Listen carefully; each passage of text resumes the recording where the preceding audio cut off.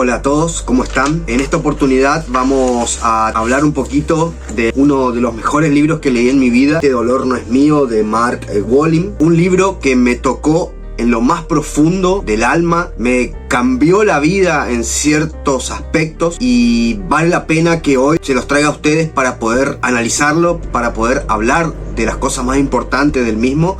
Obviamente no voy a poder resumir el libro en su totalidad. Es un libro que yo, que soy de marcar con marcadores, lápiz, regla, lo que sea, creo que marqué el 96% del libro para que se den una idea de lo importante que es, lo completo que es. Lo releí más de 2 o 3 veces y cada vez encuentro cosas nuevas. Es como una película que la mirás hoy y la mirás dentro de 5 años y descubrís cosas nuevas. La verdad que es un libro para tenerlo siempre presente. Mark Walling, el autor, fue director del Family Constellation Instituto de Constelaciones Familiares de San Francisco, y se formó con el célebre psicoterapeuta Bert Hellinger. Por si no lo saben, se lo tiene como el creador de las constelaciones familiares. Ese es el principal tema que tocamos acá. La verdad que este descubrimiento a mí, como les dije en un principio del video, me cambió totalmente mi panorama sobre las cosas, sobre mi familia, sobre mi padre, sobre mi hijo, sobre todas las cuestiones que podamos tener en el día a día de la vida. Se los recomiendo a ustedes, más allá de lo que yo voy a hacer ahora, que es resumir el libro, hablarles del libro, hablarles de la temática que toca Mark Walling. Quiero que, si es posible para ustedes, lean el libro y sobre todo apliquen los conocimientos a su vida rutinaria, a su vida diaria, a su vida familiar, porque es sumamente importante. Hay muchos adeptos a lo que son las constelaciones familiares, pero también, como ustedes saben, hay mucha gente que está en contra. Este libro a mí me hizo muy bien aplicar los conocimientos de este libro, me hizo muy bien a mi familia, muy bien a mi relación con la familia, porque más que nada apunta a eso, a cómo vemos nosotros las conductas de nuestros familiares, que generalmente son reprobadas por nosotros, sin aceptarlas, sin entenderlas, sin comprenderlas. Este libro te ayuda, entre otras cosas, a eso, a comprender, a aceptar lo que a veces no queremos aceptar, lo que por ahí rechazamos, sin tener en cuenta de que todos somos diferentes. Tratar de tener esa empatía y sobre todo esa tranquilidad, no llegar a ese enojo que por ahí nos impulsa el hecho de no comprender a alguien o no aceptar sus ideas. Así que bueno, sin más preámbulo, pasamos a analizar lo que puedo analizar en pocos minutos de este gran libro de Mark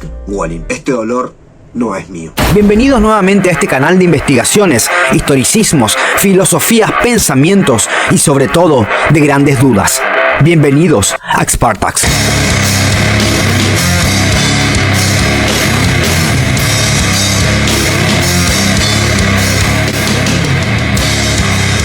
El autor comienza, me voy a poner los anteojos porque no veo una goma, como se darán cuenta con el vidrio de mis lentes. El autor, Mark Walling, comienza su obra explicando su experiencia personal cuando tan solo tenía 34 años. Luego de este camino un poco oscuro que él vivió, comenzó a desempeñarse en el tema de las constelaciones y tratar de ayudar a otras personas con ciertos tipos de traumas, con ciertos tipos de estrés, de ciertas personas que están pasando por momentos feos. Y como les dije, comienza la obra hablando de él y de su problema de la vista que tuvo a los 34 años, cuando él estaba en una situación patrimonial muy grande, tenía su empresa, tenía su familia. Este problema que tuvo en su visión lo iba a llevar a la ceguera completa, por lo que también entró en un estado de depresión absoluta y lo único que quiso es dejar todo e irse a Asia, donde se iba a tratar con gurús, con maestros de la sabiduría, digamos, aprender a meditar, a tratar de buscarle la vuelta para su curación, dejando todo. Prácticamente regaló su empresa, abandonó a su familia, a sus amigos y se encaminó hacia un lugar desconocido, donde si bien aprendió lo que es la meditación, llegó hasta meditar horas en ayunos completos, donde ni siquiera podía comunicarse con la gente que estaba con él. Si bien eso lo ayudó muchísimo, el problema de la vista no se le iba. En un momento él cuenta que, cansado de todo este transcurso sin lograr curarse, en Indonesia un gurú, y esto me encantó, textualmente le dijo esto: ¿quién te has creído que eres para no tener problemas de vista? Es esa pregunta por parte del gurú lo dejó atónito. Claro, ¿quiénes somos nosotros para no tener los problemas que tenemos? Con esa y otras preguntas más y la práctica de la meditación y de cerrarse en la mente, llegó a la conclusión de que su mente lo estaba acosando constantemente con ideas, como dice textualmente el libro. Descubrí que mi mente me estaba acosando constantemente con ideas en las que me representaba el peor de los casos posibles. Y se dio cuenta con esto de que tener un trastorno en la vista es algo muy metafórico, porque no se trataba de lo que podía o no ver, sino más bien de cómo veía las cosas. Como les dije, habiendo transcurrido a estas alturas más de 3 años en su práctica de meditación y de tratar de limpiar un poco esa depresión que él tenía. El momento fundamental de todo este periodo de curación fue cuando los grandes maestros aconsejaron a Mark,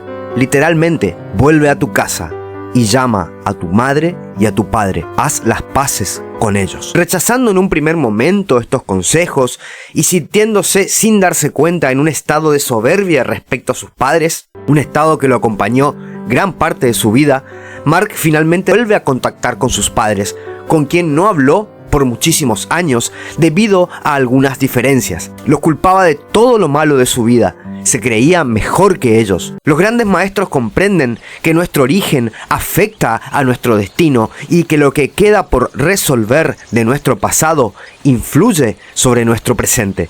Saben que nuestros padres tienen importancia, con independencia de si saben ser buenos padres o no, aunque ni siquiera hayamos llegado a conocerlos.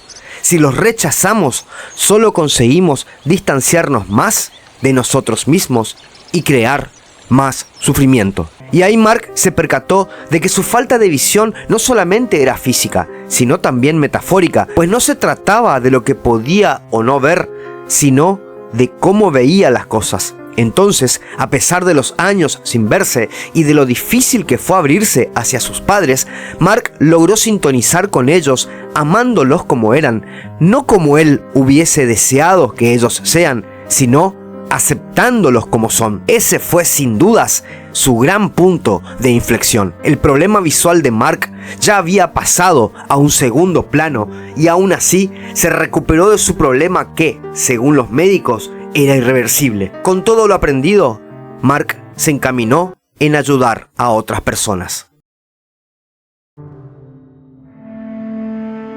En el transcurso de un incidente traumático, nuestros procesos de pensamiento se pueden dispersar y desorganizar tanto que al final dejamos de reconocer que los recuerdos pertenecen al hecho inicial. En vez de ello, en el inconsciente se nos quedan grabados fragmentos de recuerdo dispersados en formas de imágenes, de sensaciones corporales y de palabras que pueden activarse más tarde por cualquier cosa que nos recuerde la experiencia de partida, por remota que sea. Cuando se desencadenan estos recuerdos, es como si hubiésemos pulsado un botón invisible de rebobinar que nos hace volver a repetir en nuestras vidas cotidianas aspectos del trauma original. Podemos reaccionar inconscientemente ante determinadas personas, hechos o situaciones de maneras antiguas y familiares que son un eco del pasado. Estas pautas sobre los eventos traumáticos ya fueron identificadas hace muchos años por figuras de renombre como Sigmund Freud y Carl Jung,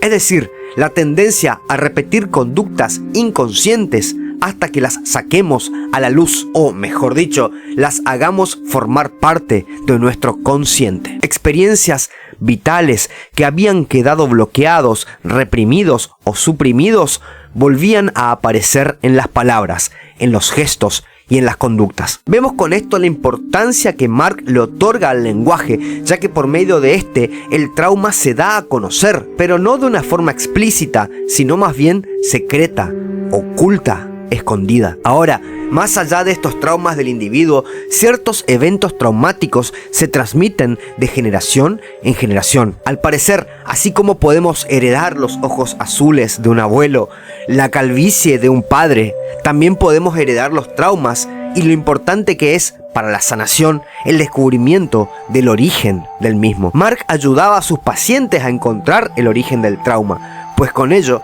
el paciente cura sus miedos más profundos. Conociendo el porqué, uno tiene más posibilidades de liberarse. Y para esta curación o liberación es esencial prestar atención a las palabras que se pronuncian, porque son pistas que apuntan al hecho traumático. Un gran ejemplo de ello fue una paciente de Mark que tenía pensado terminar con su vida por la depresión y siempre mencionaba que lo iba a hacer evaporándose, arrojándose al acero fundido de los hornos donde trabajaba su hermano. Indagando sobre su pasado, Mark descubrió que la paciente era nieta de una sobreviviente del Holocausto y que toda la familia de esa abuela había perecido en los hornos de Auschwitz, pero jamás en la familia se habló de ese evento. Y esto es lo que sucede generalmente en las familias ante un trauma: se lo esconde. Una vez comprendido esto por la paciente, pudo comenzar su etapa de curación. Para explicar sucintamente cómo funciona este traspaso generacional del trauma, les voy a leer unos párrafos del libro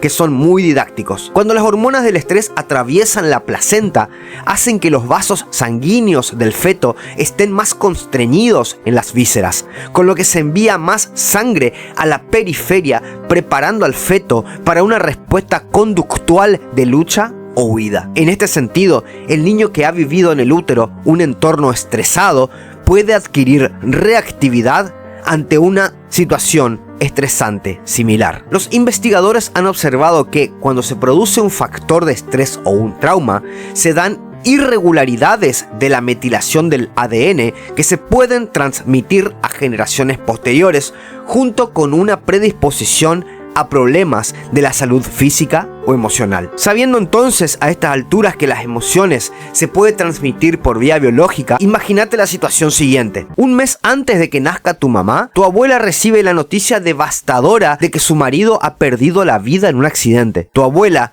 que tendría que preocuparse para la llegada de una nueva criatura y contaría con poco tiempo y libertad para llorar la pérdida, seguramente sumergiría sus emociones en el cuerpo que estaba compartiendo con su hija y con su nieto. Tu madre y tú sabrán algo de ese duelo en un lugar muy hondo dentro de ti, en un lugar que compartís los tres. Esto fue entonces un simple repaso de este genial libro. No pude incluir más temas porque si no el video se iba a hacer demasiado largo, y es más, creo que no basta un solo video para explicarlo, ya que el escritor toca muchos puntos y los detalla de manera muy prolongada, pero al menos quise darles a conocer los puntos centrales de esta obra. Espero que lo ayuden mucho, que tengan un gran día y nos vemos la próxima. Cansado de caminar, descalzo, caigo aquí. No puedo seguir así.